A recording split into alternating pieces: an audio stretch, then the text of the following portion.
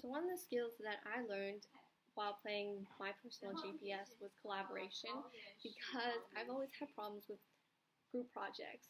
Not because I was bad at teamwork, but because I was really shy and I didn't really want to communicate my ideas, or didn't want to express my feelings during the group project. I kind of just did what people told me, and that's not a good way of collaboration. Collaboration is everyone sharing their ideas and then divvying up the roles based on your strengths and weaknesses.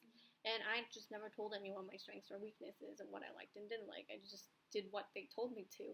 And I feel like while playing this game, I've learned to first know other people's strengths and weaknesses and learn my own strengths and weaknesses so that we can give each other jobs that will suit us and jobs that we will actually like and make our project better, instead of having jobs that we don't like and really hating this project and hating each other because we can't collaborate properly.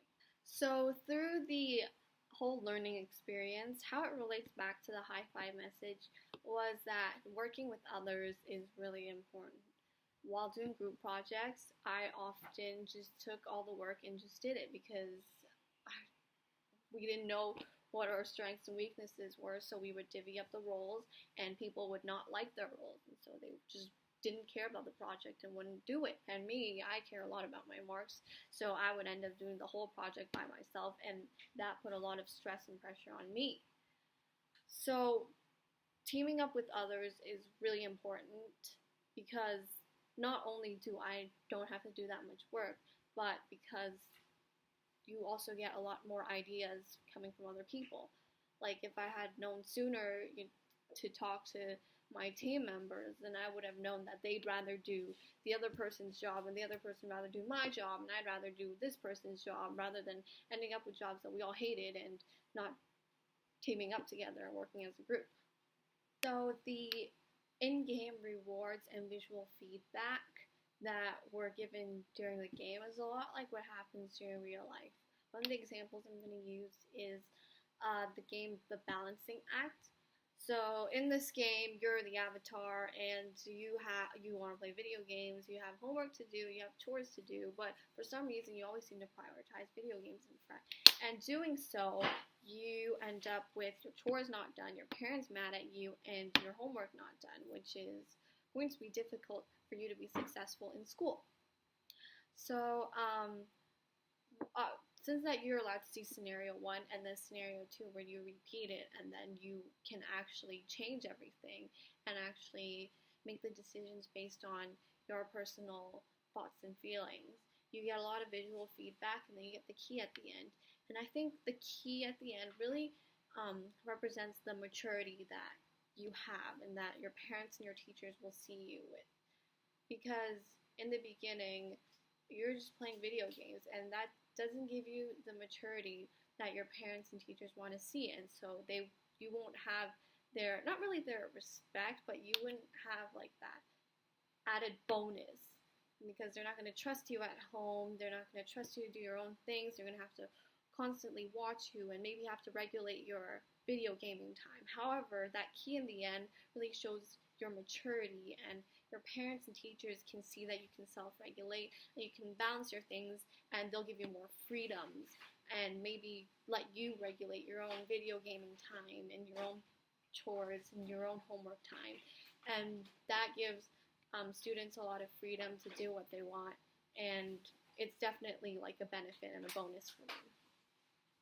Some of the impacts of the in-game communications, like when I was creating my own agenda, the online I think it was like an e-planner, I really liked the communication between me and the visual feedback, because it kind of felt like a teacher guiding me and not telling me what to do, but helping me along the way and informing me additional pieces of information.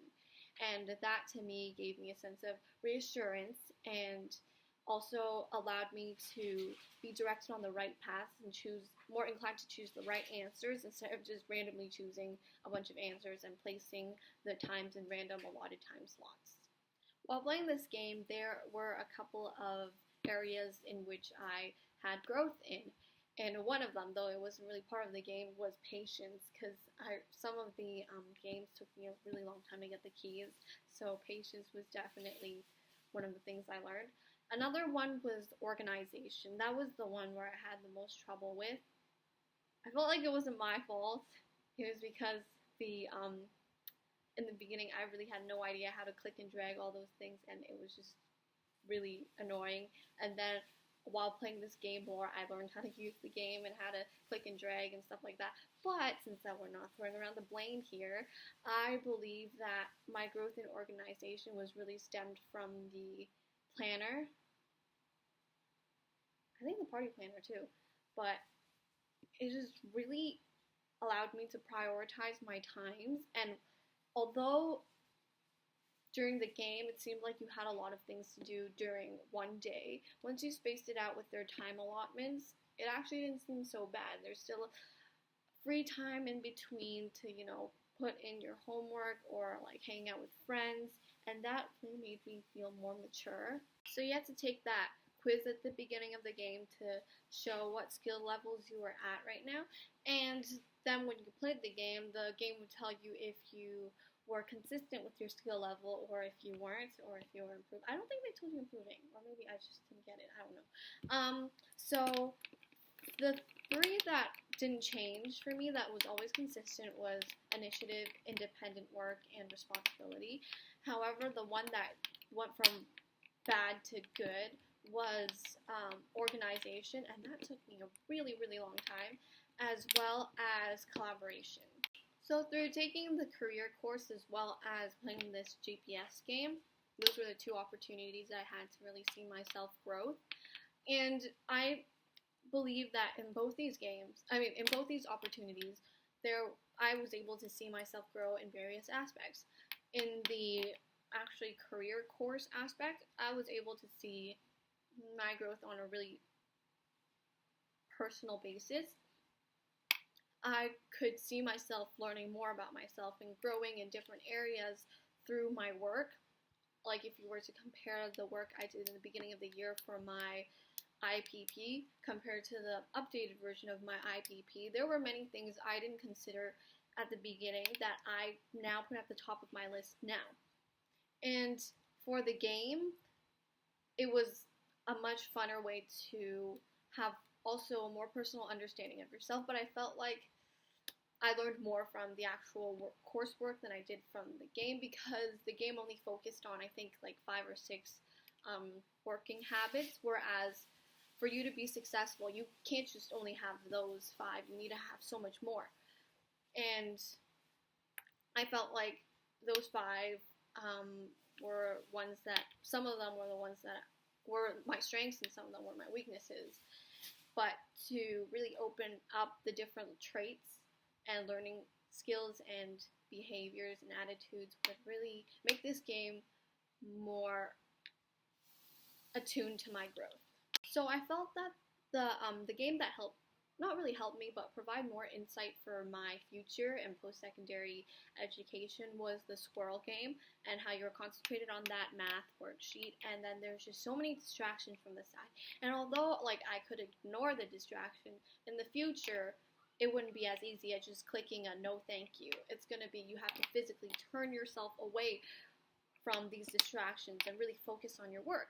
And not just in post-secondary education, but in life in general. Like when you're going through high school and stuff, if all your friends are doing drugs or skipping out on school, they're going to want to peer pressure you into doing that.